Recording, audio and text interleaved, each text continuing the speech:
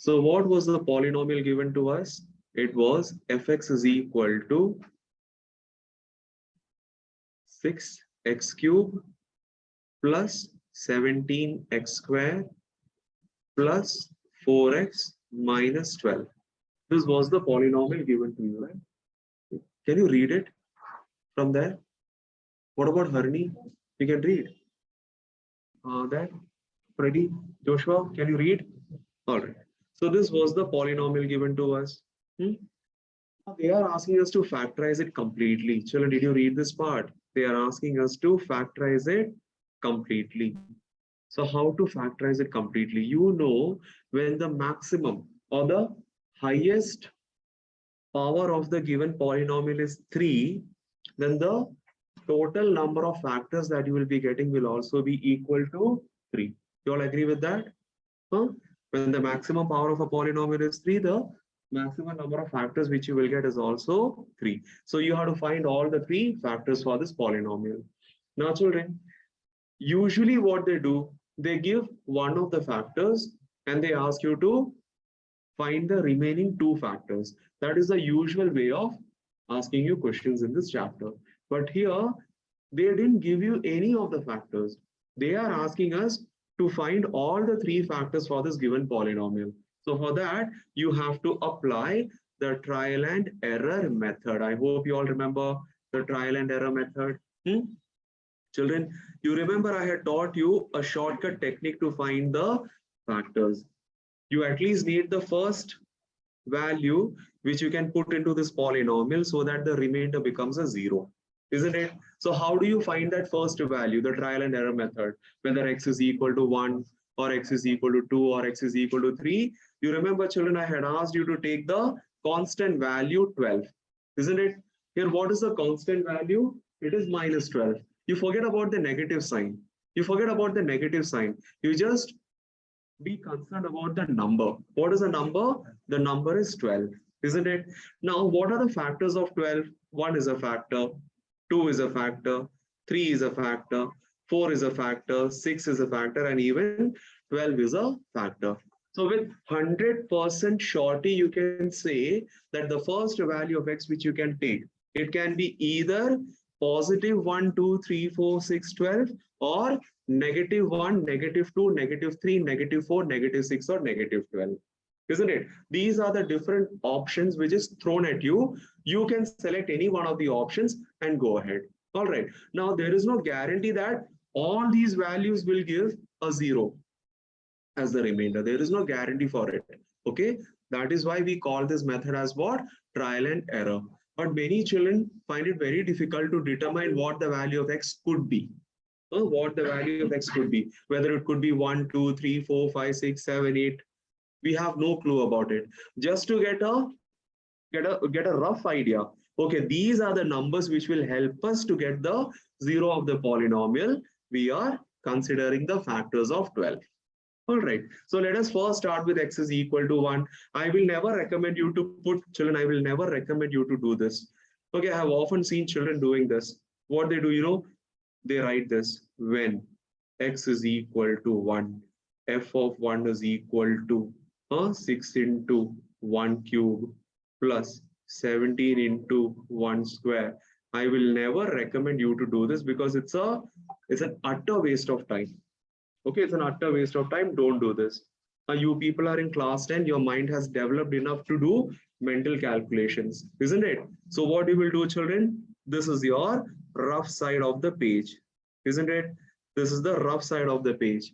On the rough side, you will try to figure out which value is going to give you the 0 of the polynomial.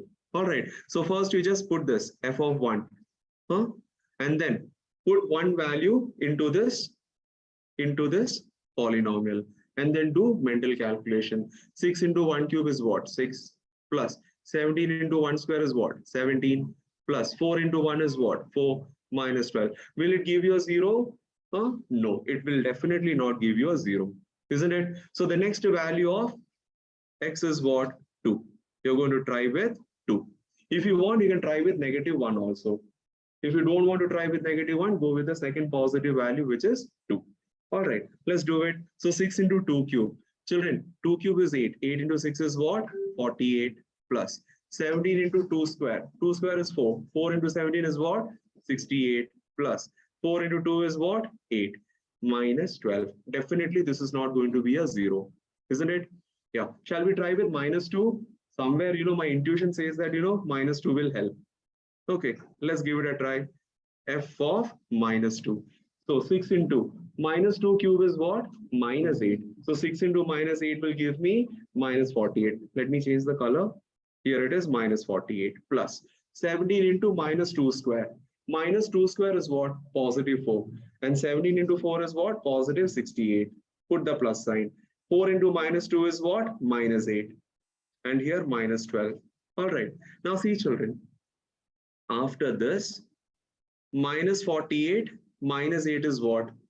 Minus 56. Minus 56 minus 12 is what? Minus 68. Minus 68 plus 68 is what? It's a 0. Isn't it? It's a 0. So for which value of x do you get the remainder 0? It is x is equal to minus 2. Isn't it? X is equal to minus 2. You get the remainder as a 0. Children, did you all follow what I said? Huh? So you got the first factor.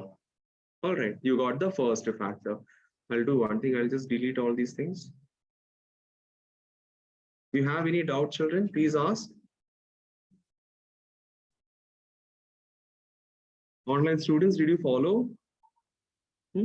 Yeah. So don't waste your time. This is why you are not able to finish this sum within 5 minutes. Those students who can finish these sums in 5 minutes are those people who can do mental calculations in this section.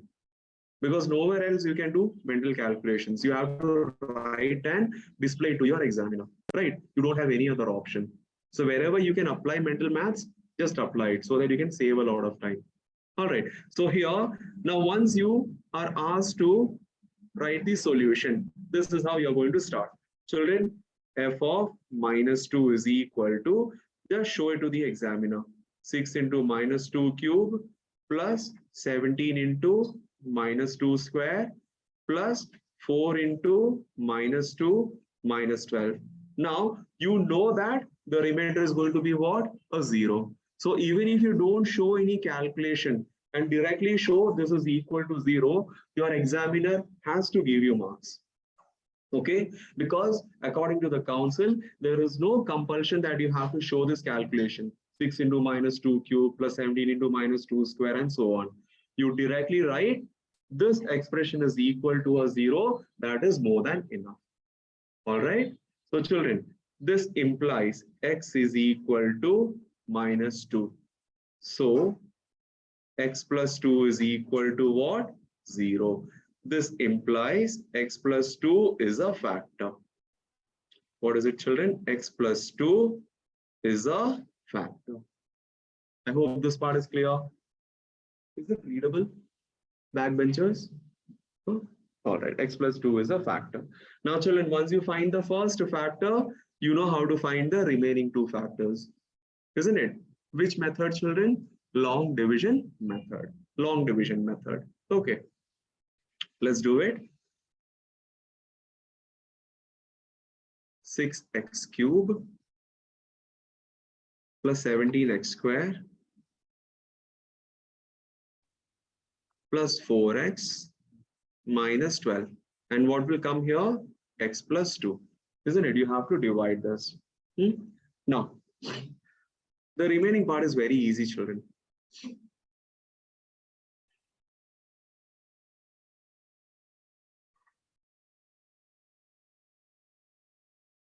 X into what is 6x cube?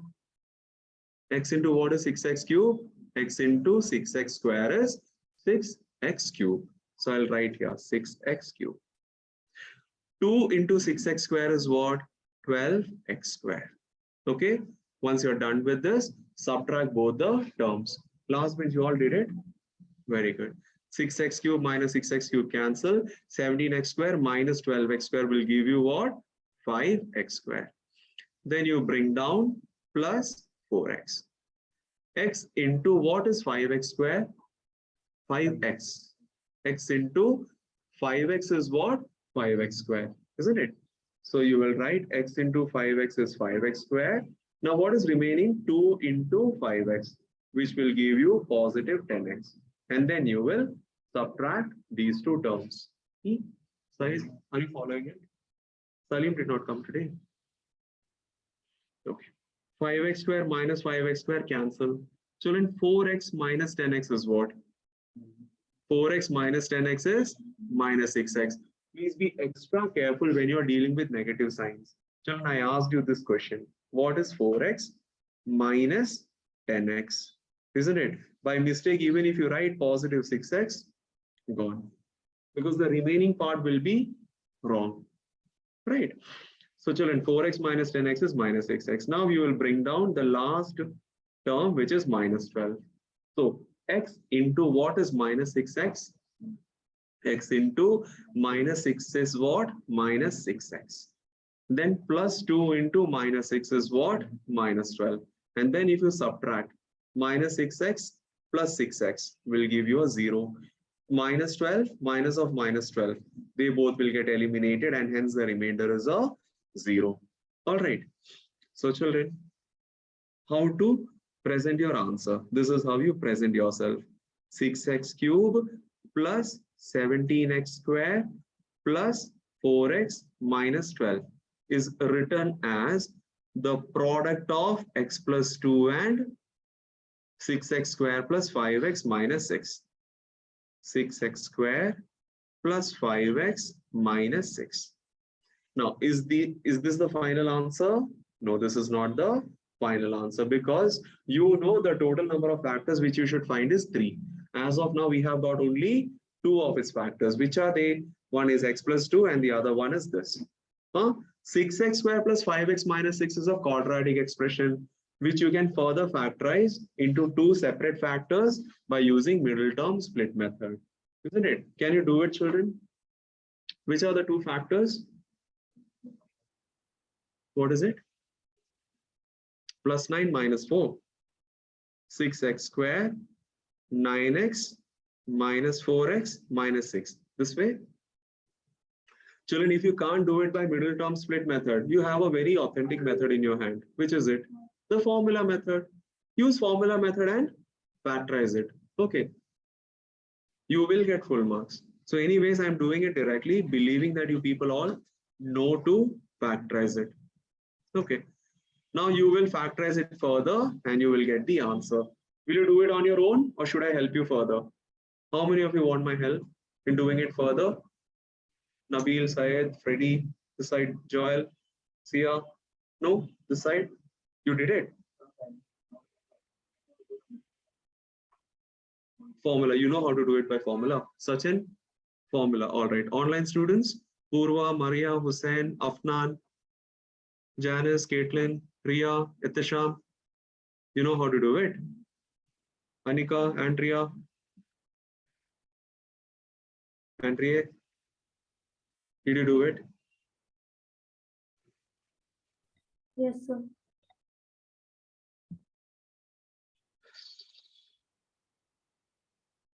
Some people will not say even if they don't know.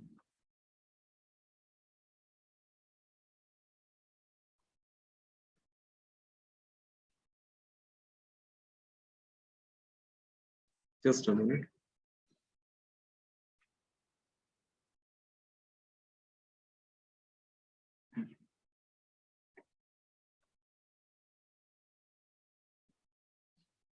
Milan, you did this? Which method did you apply? Middle term split method. You did it by middle term split method. Okay. So 6x square plus 5x minus 6. But I'll not recommend you to do it by middle term split. The reason is, you may end up doing some plus or minus mistakes.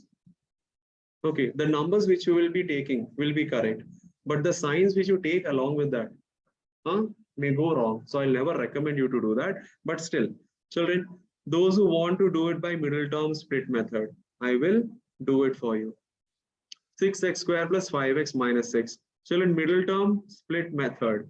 First of all, you have to write the values of A, B, and C. I hope you all remember class 9 portion. Value of A is 6, B is 5, C is minus 6. Then what you do? A into C. In this case, it is 6 into minus 6, which is equal to minus 36, right? Then you take the value of B, which is 5 here. Now you have to split this 5 into two parts. Split this 5 into two parts in such a way, when you take the sum of these two parts, it should be equal to 5. But when you take the product of these two parts, it should be equal to what?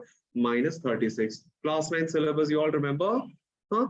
All right. So children, which are those two numbers where you take the sum of both the numbers, you get positive 5. But at the same time, when you take the product of those two numbers, you should be getting negative 36. I think it is 9 and minus 4, isn't it? 9 and minus 4. You just confirm it, verify it. 9 plus minus 4 is what? It's positive 5. And 9 into minus 4 is what? It's minus 36. Yes, it's correct. All right. Nabil, did you follow? So 6x square plus 5x minus 6 can be written as 6x square. The middle term 5x has been split into 9x minus 4x minus 6. Now from here it is very easy for you to factorize. So children, 6x square plus 9x will be one group and minus 4x minus 6 will be another group. So from 6x square plus 9x, what is the common factor? Donna? 3x is the common factor. So what is left inside? 2x plus 3. Minus 4x minus 6. Sachin, what is the common factor? Minus 4x minus 6. Minus 2. So inside the bracket,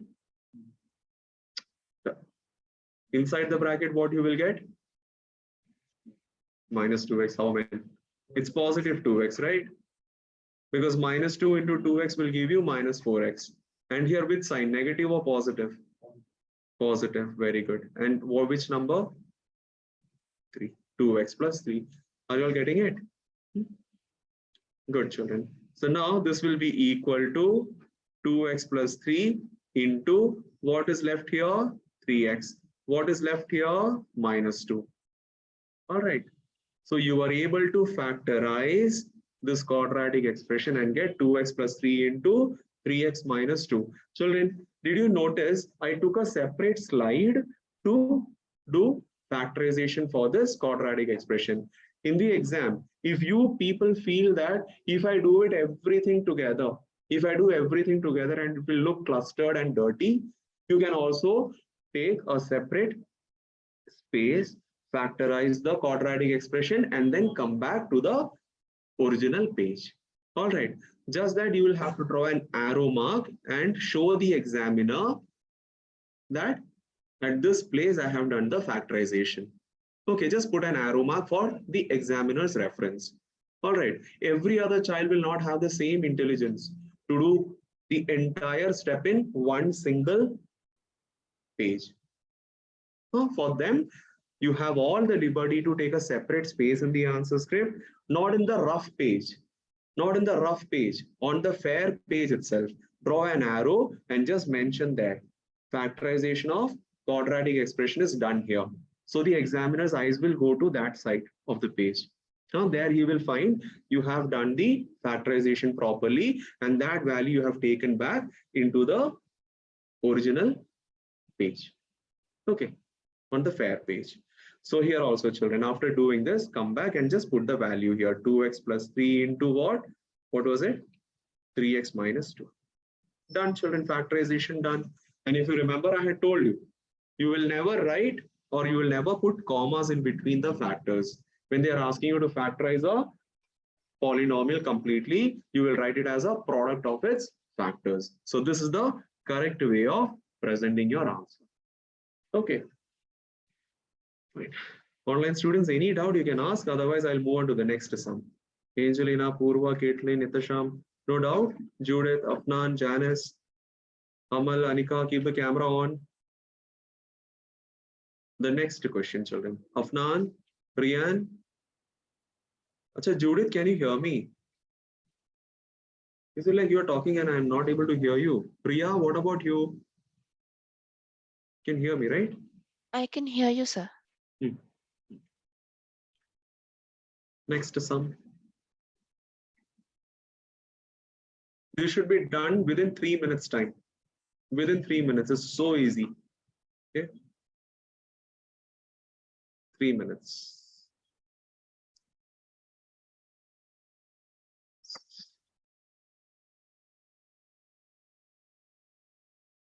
Okay, Anika. Yes, Maria, we'll do it.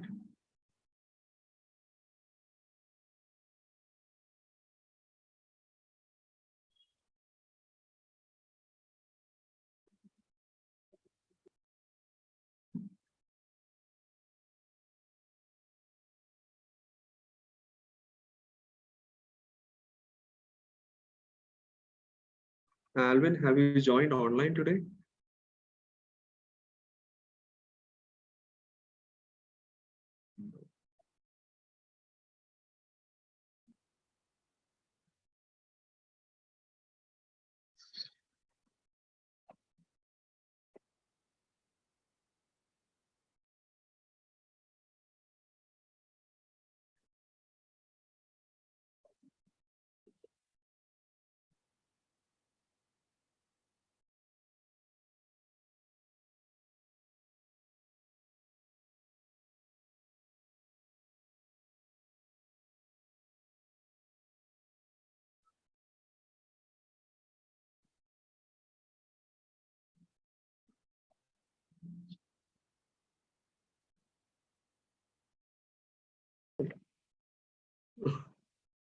It's not difficult, no? Arthur, what happened? So, we'll do. So, first question. In this given figure, O is the center of the circle. And so what is AB, children? What is AB? AB is a diameter. The moment you hear the word diameter, what was the property which I taught you? 90 degrees, isn't it? The angle subtended by the diameter on the circumference is 90 degree. That very moment, you just label this angle as 90 degree. Whether it is going to help you or not, you just label it. Okay.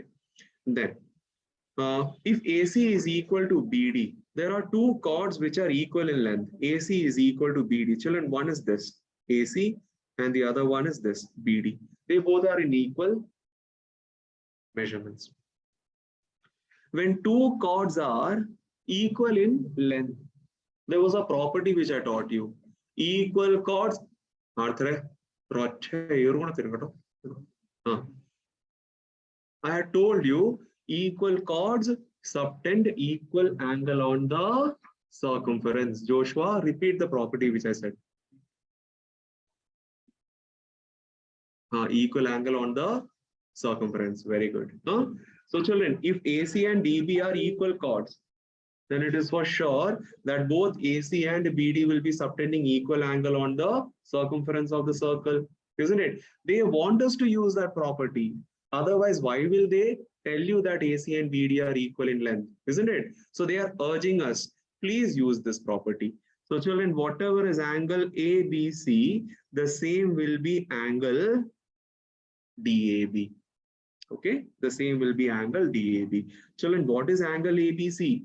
What is this angle ABC? It is the angle subtended by which chord?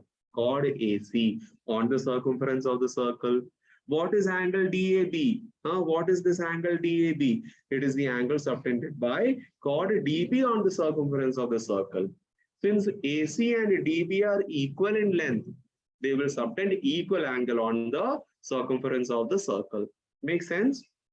So if you want, children, you can just assume this angle as x. If this angle is x, then this angle will also be equal to x degrees. Right now, we are just understanding the question. Then within 1 minute, we can solve it. Okay. Then what they have given, angle AOC is equal to 72 degrees. Children, angle AOC. So if I ask you what is angle AOC, it is the angle subtended by chord AC at the center of the circle. The very next moment I'll ask you one continuation question, and that is, what will be angle X? That is angle ABC. Can you tell me? half of 72 degrees, isn't it? Because the angle subtended by a chord AC at the circumference will be the half of the angle subtended by chord AC at the center, isn't it? So angle AOC is 72. That means angle ABC will be how much? The half of 72, which is 36 degrees. So I will just erase this and replace it with 36 degrees. All right, angle ABC is equal to 36 degree. And they in fact wanted us to find the answer for this. Angle ABC is equal to 36 degree. Am I clear? So children, how will you write the statement for this? Angle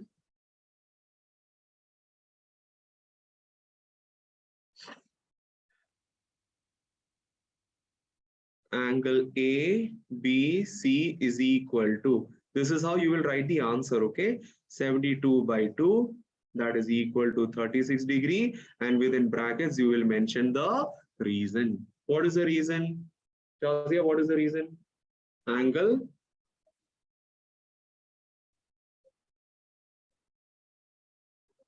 on the circumference, isn't it? Please write the full sentence. Angle subtended by a chord at the center is twice the angle subtended on the circumference. You want me to write it or you all remember? Remember, no? Fine. All right. Let's find the second angle, which is angle BAD. Children, what is angle BAD?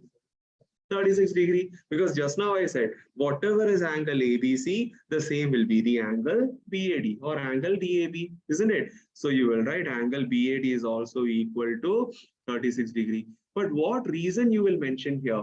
I already told you. What reason you will mention here? Equal chords subtend equal angle on the circumference. You know? Equal chords subtend equal angle on the circumference. Please do write it. Equal chords subtend equal angle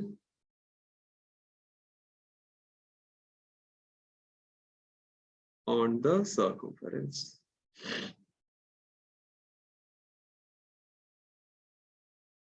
On the circumference.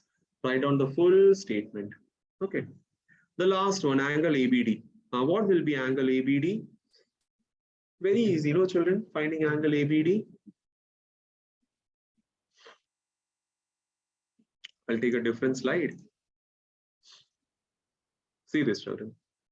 Just now, we showed that this angle is 90 degree, and you already know the reason. This angle is equal to how much? 36 degrees. And they are asking us to find what? This whole angle ABD. This whole angle ABD. How will you find it? Angle some property of a triangle, isn't it? And how will you write it? Angle ABD is equal to 180 degree minus 90 plus 36 degree. And hence you will get the answer. How much it is? 54 degree. All right. This is equal to 54 degree. So here you have to mention angle sum property of a triangle, ASPT. Angle sum property of a triangle. But before that, remember, before that, you also have to show how come this angle ADB is 90 degree. Don't forget to mention that, because the council may decide to give 1 mark for just writing this statement. Angle ADB is equal to 90 degree, and then the reason. What is the reason? Angle subtended by the diameter on a circumference is 90 degree. All right. So please do write that statement along with the reason. Don't miss it. Very good, children. Very good. Maria, is the doubt clear now? Okay. Yeah. Next question. Children, I'm not writing all the reasons as I was doing when I was teaching the chapter. That is different. This is different. Revision class is going on. So I won't be spending so much of time writing all the reasons again. If you're not able to recall the reasons, just go home and refresh yourself by looking into the notes. All right. Next question. So this question, I'll give you only 3 minutes. Only 3 minutes.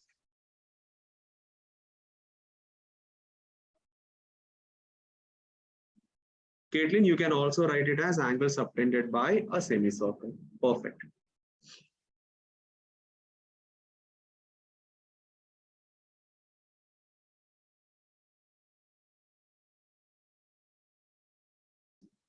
To prove sin A upon 1 plus cot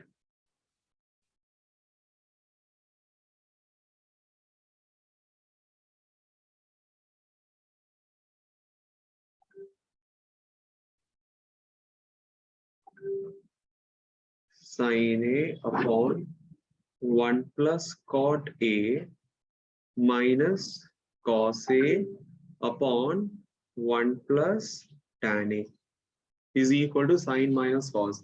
Okay, you notice something, children. On the left hand side, you are having sine, cos, and along with that, cot as well as tan. But on the right hand side, you don't have cot and tan. They have been totally removed, isn't it? So how can we simplify the left hand side so that cot and tan will be completely removed and only sine and cos will remain? Only sine and cos will remain. Very simple, no children? You all know this relation. What is this relation called? Tan is equal to sine upon cos and cot is equal to cos upon sine. What is this relation called? Quotient relation. Let's apply that quotient relation. Such a beautiful relation it is, isn't it? Very simple and sweet. So what I'll do is I will replace cot with cos upon sine and put the minus sign here. Cos divided by 1 plus tan is what? Sine upon cos. 1 plus sine upon cos. All right. Now, this is equal to sine divided by 1 plus cos upon sine. Children, I am asking you what you are going to do with this. 1 plus cos upon sine and 1 plus sine upon cos. LCM method? Yeah. So here what is the LCM? Sine is the LCM. So I will use sine as the common denominator. So apply the LCM method. Sine multiplied by 1 is what? Sine. Put the plus sign. Sine by sine is 1 and 1 into cos is what? Cos itself. Minus cos divided by, children, 1 plus sine upon cos. Cos is the LCM. So here I will write cos and the numerator will become cos into 1, which is cos, plus cos upon cos is 1, 1 into sine is sine itself. All right. So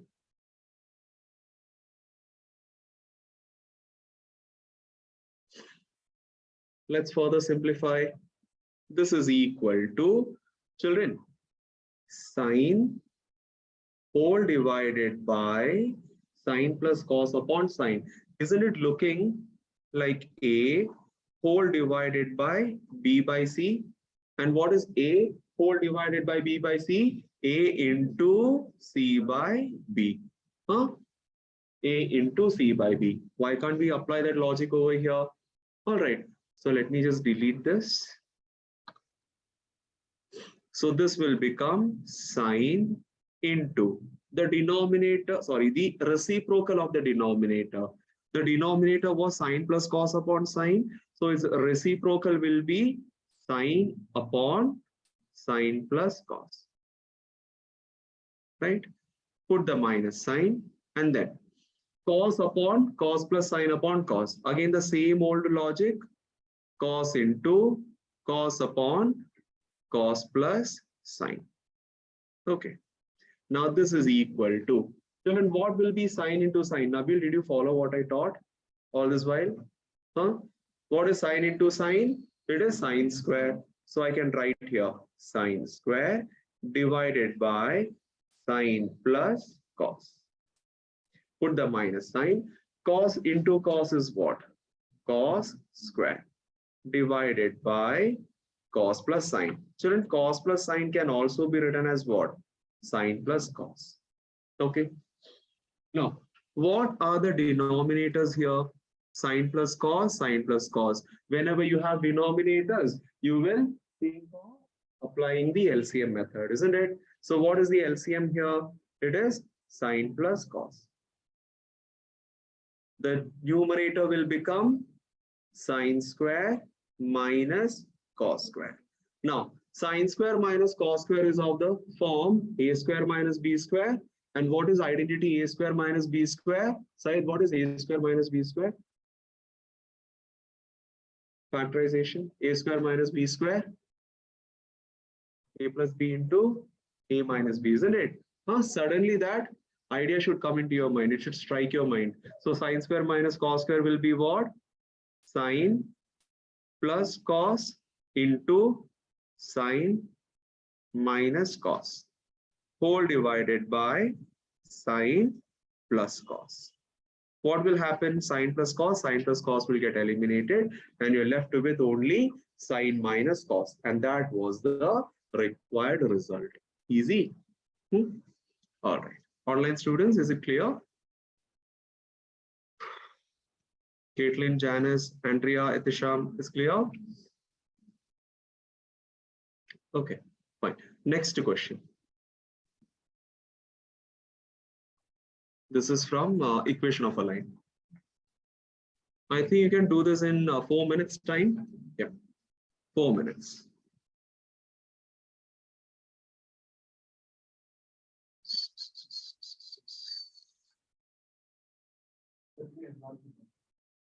I'll do.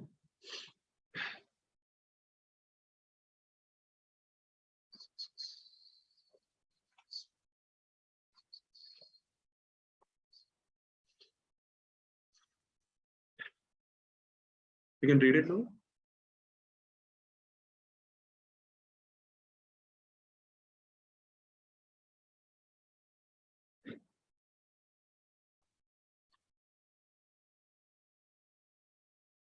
All right, so this was the question.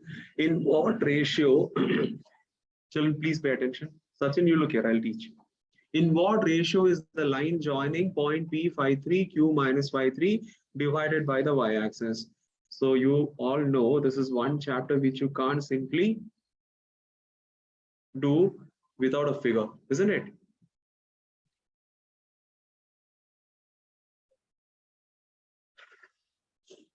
So they are asking us in what ratio the line joining point P phi 3 and minus phi 3 divided by the y-axis.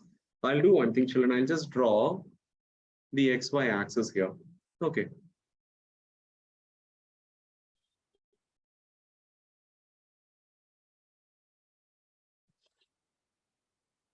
So this is your xy axis. This is x-axis. This is y-axis. P phi 3. I think it appears in the first quadrant. And Q minus phi 3, it appears in the second quadrant, isn't it? X negative, Y positive. So it appears in the second quadrant. You all remember, right? Huh? Yeah. So just imagine, children, your point P phi 3 is lying over here. And then your point Q is lying over here, which is minus 5, 3. Okay, like this. This is your line. Now this line is divided by which axis? It is divided by the y-axis at this point. So can you all see that? The y-axis is dividing this line segment PQ. Okay. They are asking you in what ratio is the line divided. So let me take this portion as M1 and this portion as M2. Okay. And the point where it is divided by the y-axis, I am taking it as point A. I don't know what the coordinates of A are, but let me ask you something. If the point lies exactly on the y-axis, we can take its coordinates as 0, y. You'll agree with this? 0, y, because the point is lying exactly on the y-axis. So the x coordinate has to be a 0, isn't it? X coordinate has to be a 0. So children, they are asking in what ratio this point A divides the line segment PQ. Now we know that the x coordinate of point A is what? It's a 0. How do we find the x coordinate of that point A?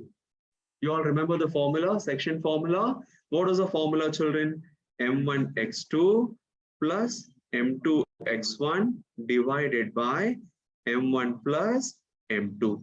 And that is equal to how much? 0. Are you getting the logic? The coordinate of point A is, sorry, the x coordinate of point A is 0, isn't it? And you all know how to find the coordinates of point A by using section formula. Point A divides the line segment PQ in the ratio M1 is to M2, right? So by applying section formula, children, M1 into, just a minute, I'll assume this as X1, Y1, and I'll assume this as X2, Y2. Any problem in this? You remember, children, every other technique has been taught before. If you are taking this portion, I'll just zoom it and show you. Children, if you are taking this portion,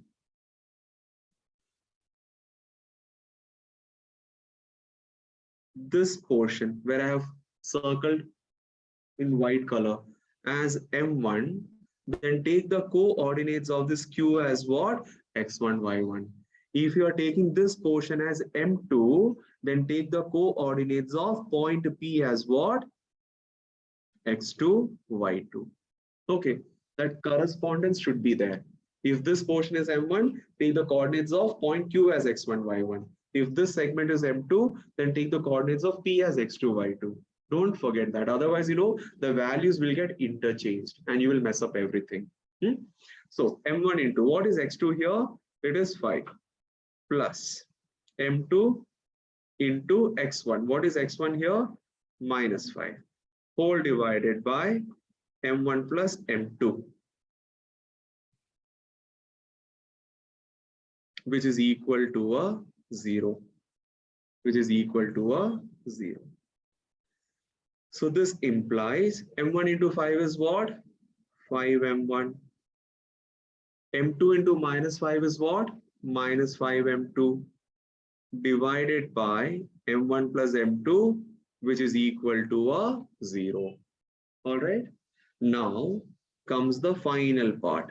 Children, 5M1 minus 5M2 is equal to, if you cross multiply M1 plus M2 to the right hand side, it will become a 0. So you are getting 5M1 is equal to, when you bring that minus 5M2 from left to right, it becomes positive 5M2. And then what will happen? 5 and 5 will get cancelled. M1 is equal to M2. Okay. So when M1 is equal to M2, now what does it show? What does it indicate? M1 is equal to M2. If M1 is equal to M2, it implies M1 upon M2 is equal to 1 upon 1. So if I say M1 upon M2 is 1 upon 1, the ratio between these two segments is what? 1:1. That's all. Okay. Now can you find the y coordinate? The y coordinate you can find. No. Again, you will use, children, in fact, you can use the midpoint formula. When the ratio is 1:1, that means point A is the midpoint of PQ. Isn't it? Hello, children? Huh? Okay. All of you followed it? So I'm not going to do the remaining part. Okay. Last bench, followed? Okay. Next question. Probability.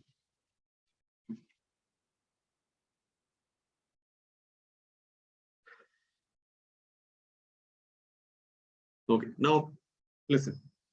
Each of the letters of the word authorizes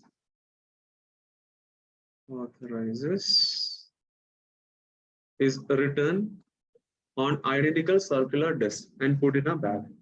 They were well shuffled. If a disc is drawn at random from the bag, what is the probability that the letter is a vowel? Okay. So children, which are the letters of this word authorizes? A, U, T, H, O, R, I, Z, E, S. Total, how many letters are there? 10 letters are there. All right. So the number of elements.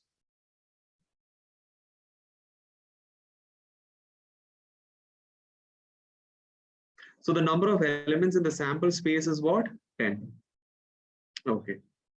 Now they are asking you if your children, they have written the letters of this word authorizes on separate circular disc, and they have put those circular disc inside a bag, isn't it? And they are asking us to pick one circular disc from the bag without looking into it, isn't it? That means you have to randomly pick a circular disc on which you will have any one of these letters. They are asking you what is the probability of getting a vowel.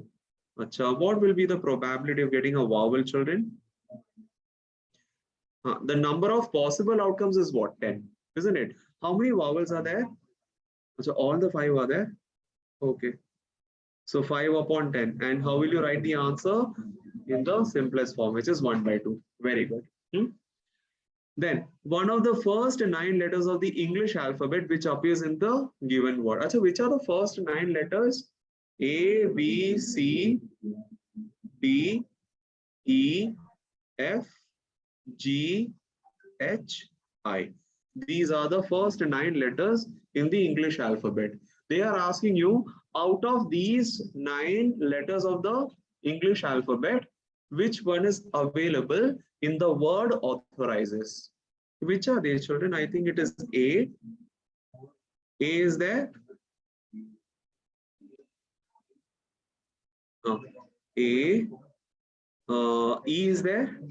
Yeah, E is there. Then H is there. And I is there. Total 4 are there, right? Okay, so the answer should be what? 4 by 10. And how much is 4 by 10? It is 2 by 5. Very good. I think you all got this. 2 by 5. Very good. Amal, Andrea. Sorry. Angelina, right? One of the last 9 letters of the English alphabet which appears in the given. Which are the last 9 letters? R, S, T, U, V, W, X, Y, Z. These are the last 9 letters. Okay, fine. So how many of them are appearing here? Hello? 5 are there. Which are they? R is there, S is there, T, U is also there. Achha. Then Z is there. So total 5 are there. Okay. So 5 out of 10. And that is equal to 1 by 2. Very good, children. Great job.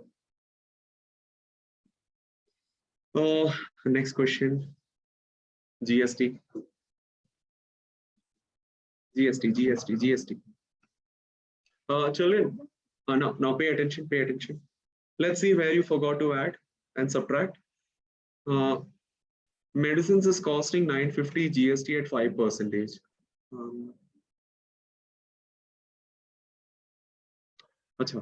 So how much is the GST paid for medicines? GST for medicines will be equal to 5%. That is 5 by 100 of 950. Isn't it? 5 by 100 of 950. So 0, 0 cancel. 5 ones are 5 twos are. So you're having 95 divided by 2. How much is 95 by 2? 47.5. Good job. Please write it as 47.50. If you write it as 47.5, they will cut 1 mark. Okay? Because you have to show what 50 paise. 50 paise can be shown by only writing 0.50. Okay, keep this in mind. A pair of shoes costing 3,000 GST at 18%. So let's find out how much is the GST paid for shoes. It would be 18 by 100 into 3,000. How much is 18 into 30? 540 rupees. Very good. Then a laptop bag costing 1,000 with a discount of 30%, GST at 18%. Achha, children. So the GST of 18% on that laptop bag will be counted only after the discount, isn't it? So 1,000 rupee bag on which a discount of 30% is given. So how much will be the discounted price for the bag? I'll write it here, children. How much will be the discounted price for the bag? It would be 70%. Because out of 100%, 30% is given away as discount. So how much percentage is left? Only 70% is left. So 70% of 1,000 rupees. I think that should be equal to 700 rupees. So the GST will also be charged on this remaining 700 rupees, right? So I will write here GST paid on this laptop bag is equal to 18% of 700 rupees. How much is 18 into 7? 126 rupees. So children, you have found the GST charged on medicines, shoes, as well as laptop bag. Now you have to add all of them. So children, total GST will be equal to the sum of these three numbers, and you all know how to do addition, right? Just do it. And what will be the total bill amount, children? The total bill amount including GST paid by Mr. Bailey. So that will be, what is the total cost of medicines, shoes, and laptop bag? We already know. Medicines was 950 plus. Shoes was costing 3,000, very expensive. Plus 3,000 rupees shoes. Laptop bag 700, isn't it? 700. 700, right? Because we have to calculate the price of the bag after giving away the discount. So it is only 700 rupees. And then you will add how much was the GST? 713.50. So you take the sum of all these values and that will be your total bill amount. All right. Next is sum. Statistics, important kind of sum, children. From the top of a cliff, isn't it? Somebody is looking at the top and bottom of a tower. Natural, no, children. The cliff is taller than the tower. And you have to stand on something which is taller than the tower so that you can look both at the top and bottom and you will get angle of depression. Did you notice this? You remember how we used to learn this topic, children?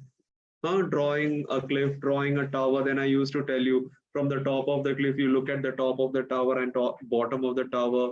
And in both the cases, you will be getting angle of depressions. This is how I used to teach when the regular classes used to happen. Anyways, imagine this is the cliff. Okay, AB is the cliff. Now everyone pay attention. Okay? You have tried your best. Now you look at the board. Imagine AB is the cliff and CD is the tower. Okay, CD is the tower. All right, CD is the tower. So where is the man standing as of now? He's standing at point A, isn't it? He's standing at point A and he's looking at the top of the tower and the bottom of the tower. So this is how the diagram must be drawn. From point A is looking at the top of the tower. So AC becomes the line of sight. From this point A is also looking at the bottom of the tower. Where is bottom of the tower? Point D, isn't it? So AD is the line of sight. Now children, you have to show the angle of depression. So from this point A, first of all, you draw an imaginary horizontal line. Why are you drawing an imaginary horizontal line? To show the angle of depression. Children, you remember angle of depression or angle of elevation. They both lie in between the horizontal as well as the line of sight, isn't it? Since the man was standing on top of the cliff, there was no horizontal line shown in the figure. So we had to draw an extra line. Okay, that green colored line is what? The horizontal. Then this is the first line of sight, AC. So children, when he's looking at the top of the tower, how much is the angle of depression? It is 45 degrees. So let me show this angle as 45 degrees. Okay. Then children, when he's looking at the bottom, see this, when he's looking at the bottom, how much is the angle of depression? It is 60 degrees. So this whole angle, I'll use a different ink. Yeah. This whole angle is equal to 60 degrees. Okay, I'll zoom it and show.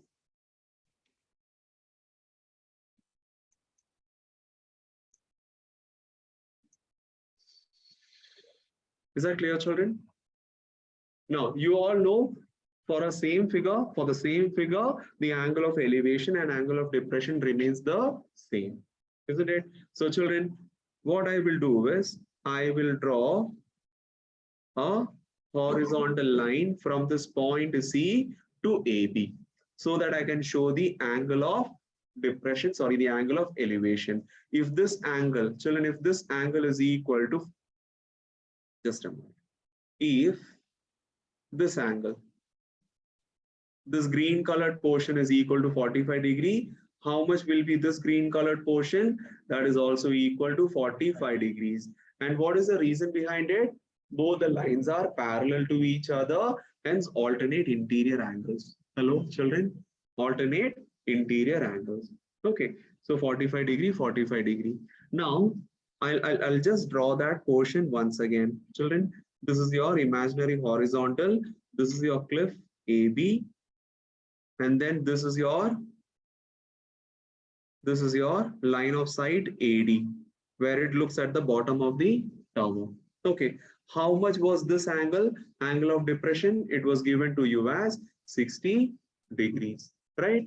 So children, if this angle is 60 degree, how much would be this angle? This angle is also 60 degree. Again, what is the reason? Alternate interior angles. Okay, these two lines are parallel, hence these two lines are, sorry, these two angles are 60 degree each. All right.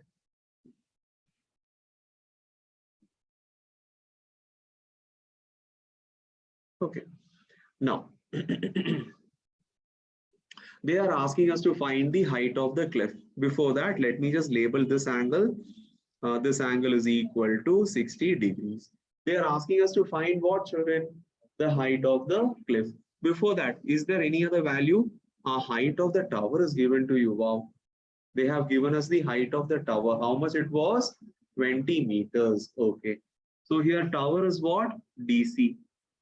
So let me label DC as what? 20 meters. Children, if I ask you how much would be the length of BE?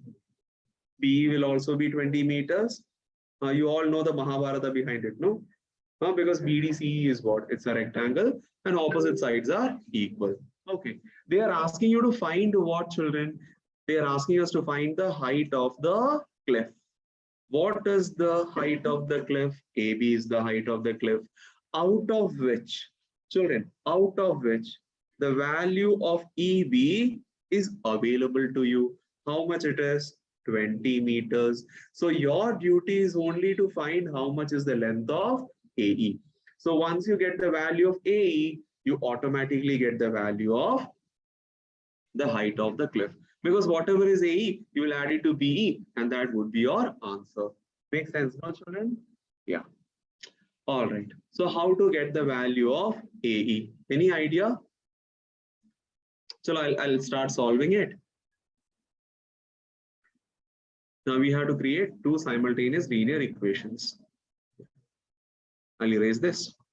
Yeah, pay attention, children. Don't get deviated anywhere. I know we have been sitting for more than 1.5 hours. It's quite boring, but still very important. Some children. 4 marker sums of heights and distances come of this type. Okay, the pattern I'm talking about it. All right. So children, which was the first triangle? Triangle AEC, isn't it? Triangle AEC. So from triangle AEC, let me draw that triangle for you. This is your triangle AEC. How much is this angle? 90. How much is angle ACE? It is 45 degrees. All right. Then I'll just label AE as X.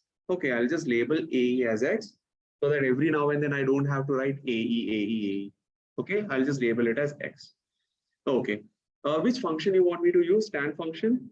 Because nowhere, we are going to use the hypotenuse, right? So it is always opposite upon adjacent, which is tan function. So let me write tan of 45 degrees is equal to, opposite is AE, adjacent is what? EC. Tan 45 is 1. AE is what? Assumed to be X divided by EC. So can't I say EC is equal to X? EC is equal to what? X. This is equation number 1. Now don't overthink what I will do with this EC is equal to X. Alright, let him take rest. Let us go to the second triangle and create an equation over there, isn't it? And then we will use both the equations at the same time and solve it. Okay. So what is the second triangle here? The second triangle. Triangle ABD, right? Yeah. I'll use a different ink color. The second triangle is what? Triangle ABD.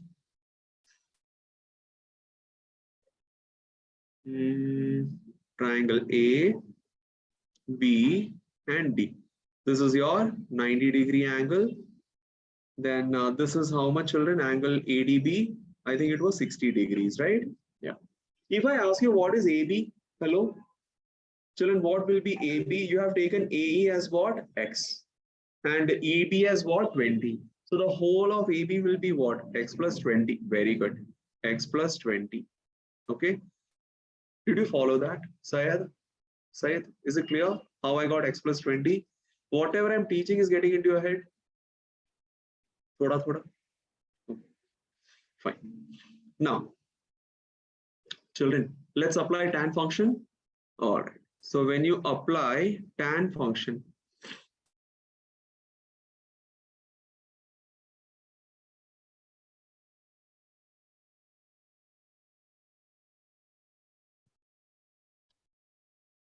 let's apply tan function here. Tan of 60 degrees is equal to opposite AB upon adjacent BD. How much is tan 60?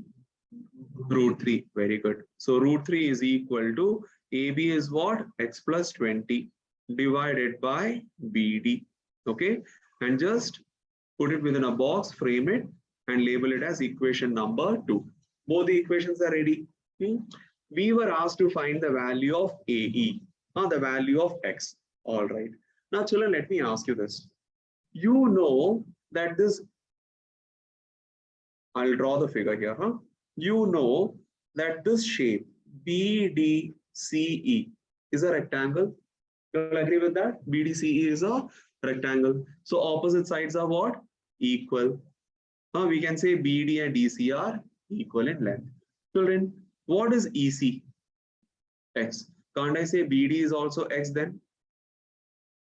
Isn't it? If EC is X, hello children, equation number 1, okay? If EC is X, can't I say BD is also equal to X? No, yes. Okay. All right, children. So now, just mention here from rectangle BDCE, EC is equal to BD is equal to what? X. Okay. What was second equation? Root 3 is equal to X plus 20 upon BD. Just now you said that BD is equal to what? X. So I'll write from equation number 2, root 3 is equal to X plus 20 divided by BD, which is X. Has it become a linear equation in one variable? Till 2 seconds back, it was a linear equation in 2 variables. One was X and the other one was BD. After proving BD is equal to X, can't I replace the value of BD as X into the second equation? We can do that. Okay. So children, let me do the final ceremony.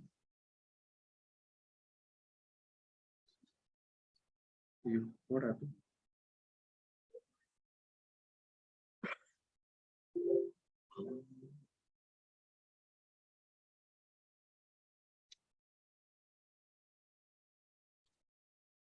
How will you solve this further? Root 3 is equal to X plus 20 upon X. X will get cross multiplied to the left hand side. So root 3X is equal to X plus 20. Let's bring X to the left hand side. You get root 3X minus X, which is equal to 20. What you will do next? Common. X is root 3 minus 1, which is equal to 20. Therefore, x is equal to what? 20 divided by root 3 minus 1. Children, for further solving this, what you're supposed to do, Gopika? What you will do further? Rationalization of the denominator, isn't it? Yeah. So what is the denominator here? Root 3 minus 1. So the rationalizing factor would be root 3 plus 1. Don't forget to multiply the numerator also with root 3 plus 1. Okay. Let's solve this further.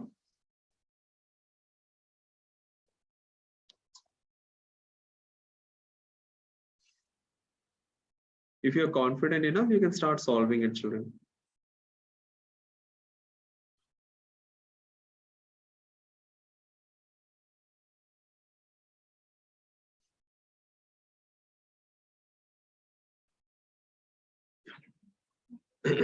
So x is equal to 20 into root 3 plus 1 divided by, what is root 3 minus 1 into root 3 plus 1 here?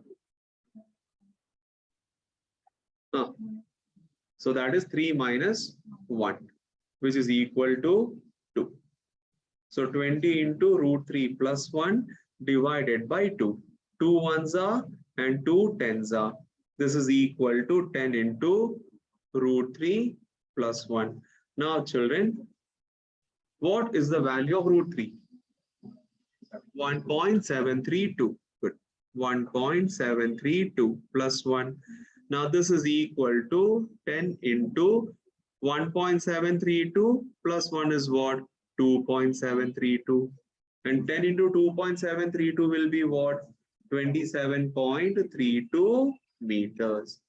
So this is not the height of the cliff. Hello, this is not the height of the cliff. This is just x value, isn't it? So you had to find the height of the cliff.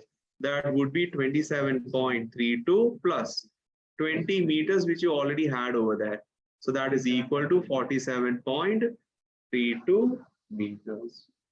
Understood, everyone? 47.32 meters. All right. 3 meters. What is that, Hussain? 3 meters. Acha, what was the second part of this question? The distance what? Acha, what will be the distance? That is x value, no children. Distance between the cliff and the tower is equal to what? X. And x value you already know how much it is.